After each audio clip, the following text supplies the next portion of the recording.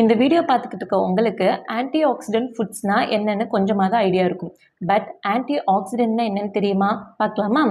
So நாம எல்லாருமே ஆக்சிஜனை தான் இன்ஹேல் பண்ணுறோம். இந்த நம்ம இன்ஹேல் பண்ணுற ஆக்சிஜன் வந்து O2 வந்து நம்ம பாடியில் த்ரூ அவுட் இருக்கு. பட் இந்த O2 வந்து சம் ப்ராசஸ் மூலமாக ஆக்சிடேஷன் ஆகுது. இந்த ஆக்சிடேஷன் ஆகும்போது நம்ம பாடியில் வந்து ஃப்ரீ ரேடிக்கல்ஸ் வந்து கிரியேட் ஆகுது.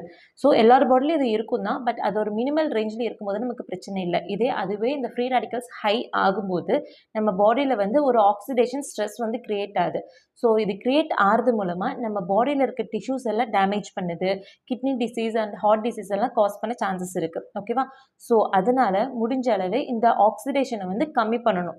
இந்த ஆக்சிடேஷனை கம்மி பண்ணுறதுக்கு நம்ம எடுத்துக்கிற ஃபுட்ஸ் தான் anti oxidant foods. Okay, so இந்த ஆன்டி ஆக்சிடென்ட் ஃபுட்ஸுக்கு நான் சில டெமோஸ் சொல்கிறேன். Dark green leafy vegetables, amla, citrus fruits, இன்னும் ஆரஞ்சு கலரில் இருக்கிற ஃப்ரூட்ஸ் எல்லாம் நம்ம எடுத்துக்கலாம்.